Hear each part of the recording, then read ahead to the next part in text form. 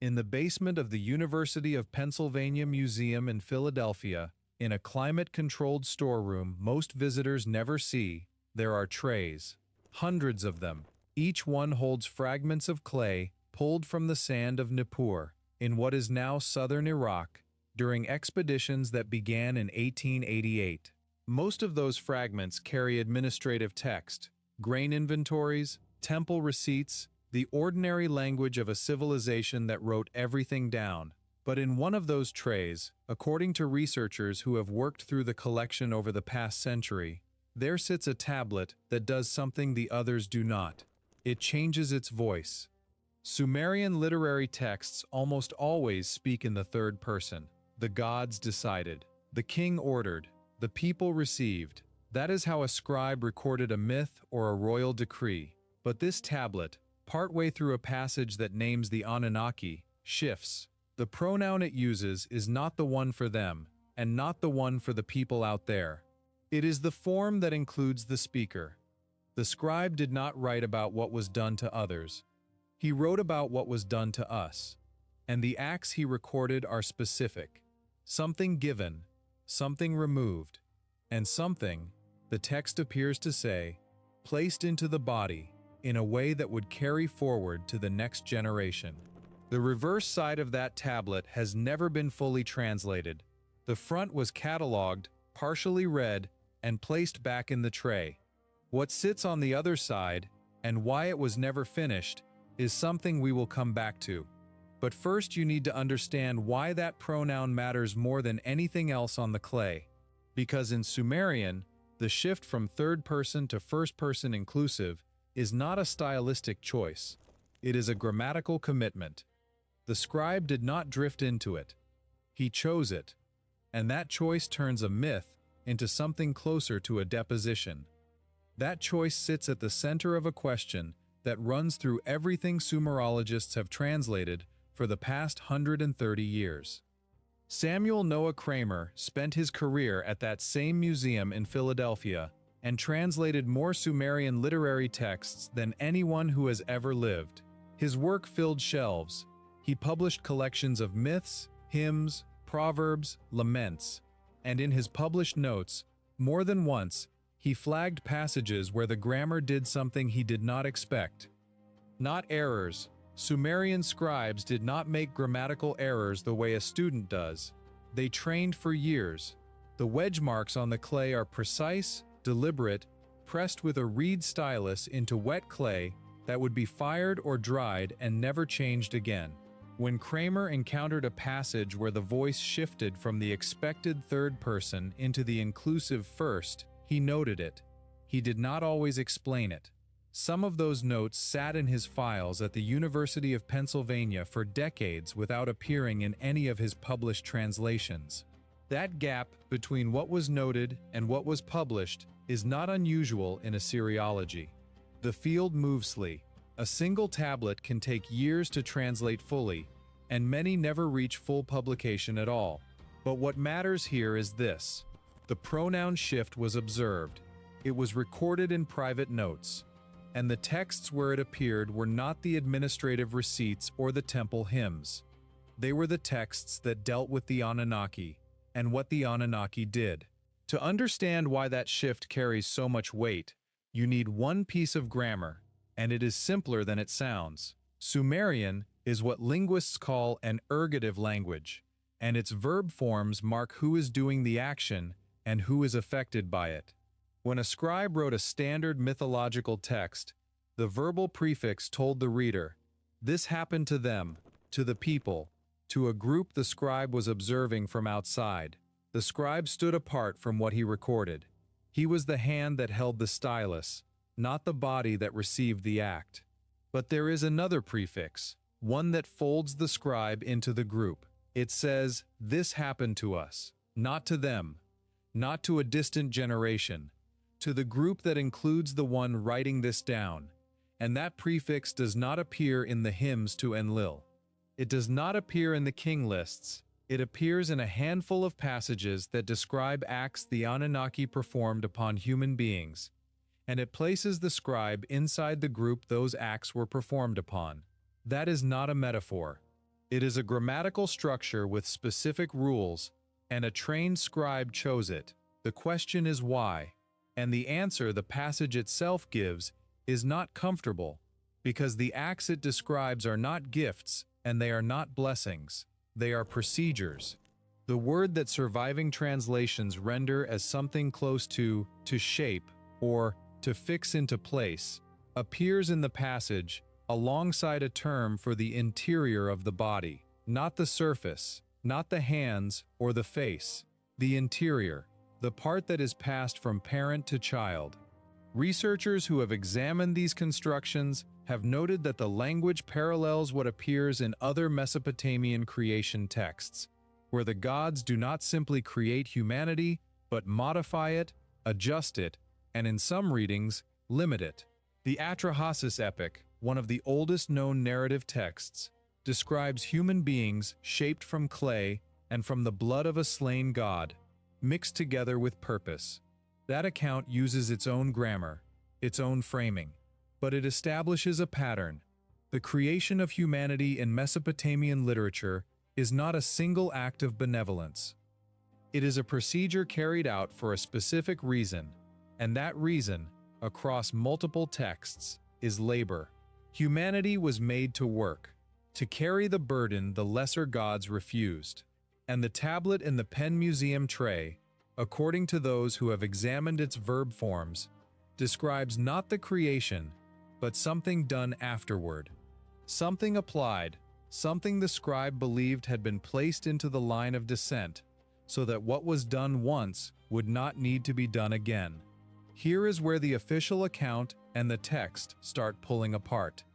Because if the scribe wrote this in the inclusive first person, he was not recording a legend, he believed he carried the result of what he described. To understand who this scribe was, you have to understand what it meant to write in Nippur 4,000 years ago. A scribe was not a clerk. He trained at the Ejubba, the tablet house, for years. He memorized sign lists, copied older texts, and learned the difference between the spoken language of his city and the literary register used for sacred and royal compositions. Not everyone could enter. Not everyone who entered finished. The scribes who wrote literary texts, the ones that dealt with the gods and with origins, occupied a position closer to what we might call a priestly scholar than a secretary. They understood the weight of what they wrote, and the clay they used was not paper. There was no crossing out, no revision on the surface. A mistake meant starting over with fresh clay. When a scribe chose a pronoun form, he knew what it meant, and the readers trained to check his work knew what it meant too. The tablet we are talking about was not a draft. The signs are clean, the lines are even, and the shift into the inclusive first person is not a slip. It sits in the middle of a passage, describing what was done to the bodies of a group that includes the writer, and it stays in that voice for the remainder of the passage. That kind of sustained grammatical commitment means the scribe understood himself, and expected his readers to understand him, as someone affected by what he described, not a historian looking back, a witness looking down at his own hands. And what he described, in the lines that follow the pronoun shift, uses language that has never sat comfortably inside the standard translations. The term that appears for what was placed into the body is not the common word for a gift or a blessing. It maps closer to something fixed, something set, something that locks into position. Researchers who have worked with this cluster of terms have compared it to the language used elsewhere in Mesopotamian medical and ritual texts, where substances or conditions are described as entering the body and remaining, not temporarily, permanently. And the text does not describe this as something the Anunnaki did to strangers, it describes it as something they did to us. And the next line, in the portion that has been partially read, appears to say that what was fixed would pass, not to the individual, to the line, the children after them. The language is not metaphorical in the way that literary Sumerian often is. It is concrete, procedural, and it carries the same grammatical weight as the administrative texts that recorded the delivery of grain to a storehouse.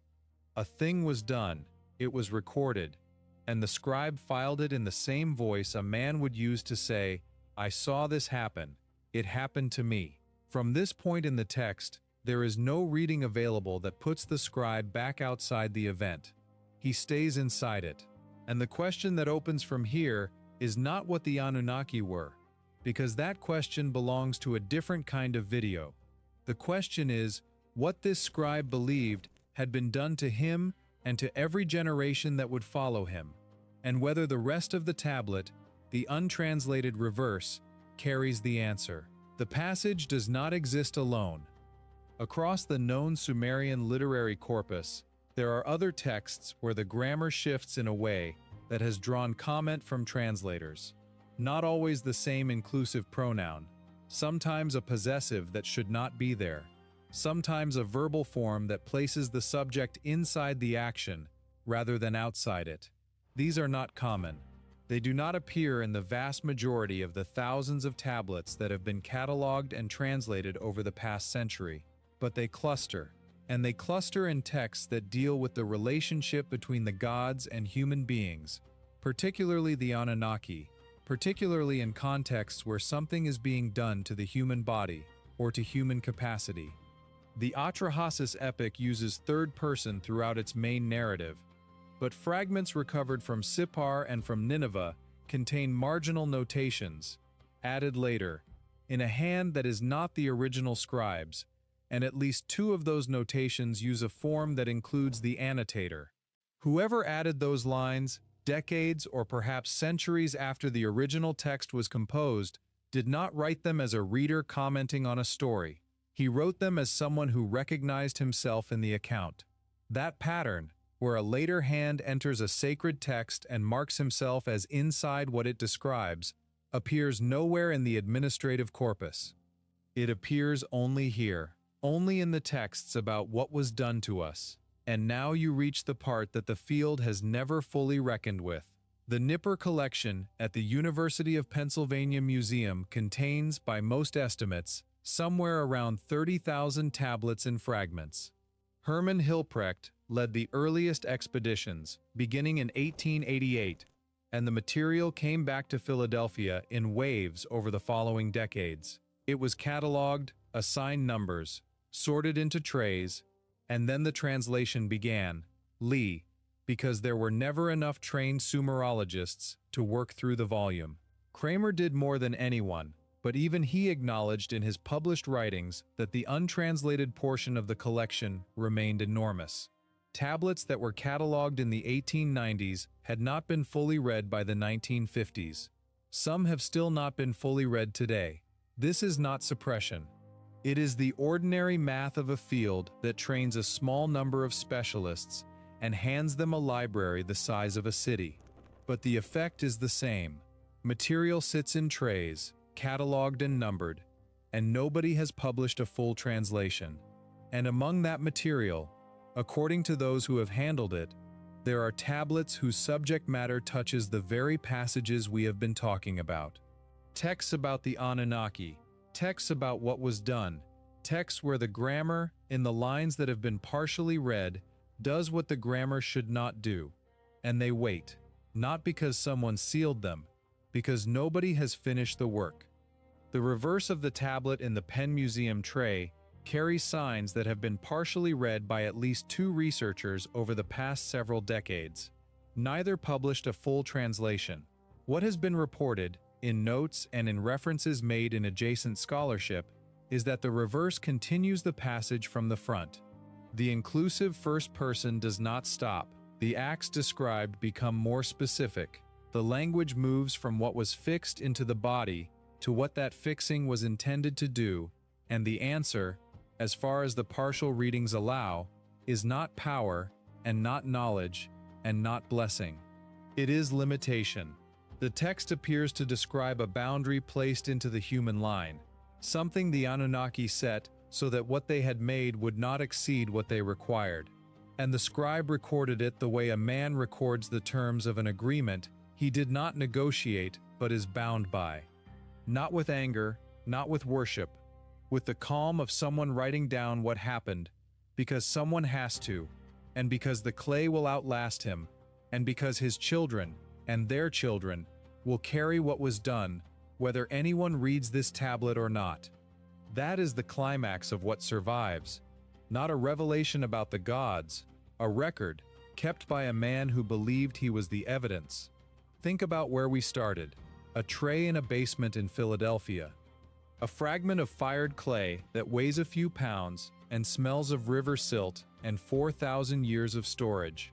On one side, a passage in a language most people alive cannot read, written by a man whose name we do not know, in a city that was already ancient when he picked up the stylus. And in that passage, one pronoun, one shift. The moment the scribe stopped telling a story about what happened to other people and started recording what had been done to him. Out of everything we went through tonight, there is one thing that stays. Not the Anunnaki, not the theology, not the debate about what they were or where they came from. The thing that stays is the hand, the scribe's hand, pressing a reed into wet clay, choosing the form that says us, not them, us. He did not write a myth, he wrote a report.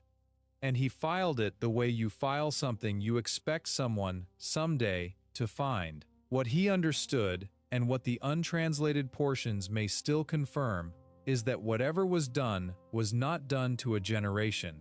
It was done to a line. And lines do not end, they carry forward. That is what the text says. That is what the grammar insists on. And the fact that this reading has sat in a museum tray for over a century, catalogued and numbered but never fully published, does not make it less true. It makes it patient. Because the clay does not forget. It holds what was pressed into it. And it waits. Next week we go deeper, into the 7 tablets from Nippur that were catalogued before 1900 and have never received a complete English translation. What is written on them, and why no one has finished the work. If you want to be here when we open that, stay with us. One story a week that did not fit the official version, and write to me below the video. Have you ever read a passage, in scripture, in a book, anywhere, where the voice changed, and it stopped feeling like a story, and started feeling like the writer was telling you what happened to him? Tell me which one. I read them. The tablet sits in the same tray where it has sat for more than 100 years. The catalog number is there.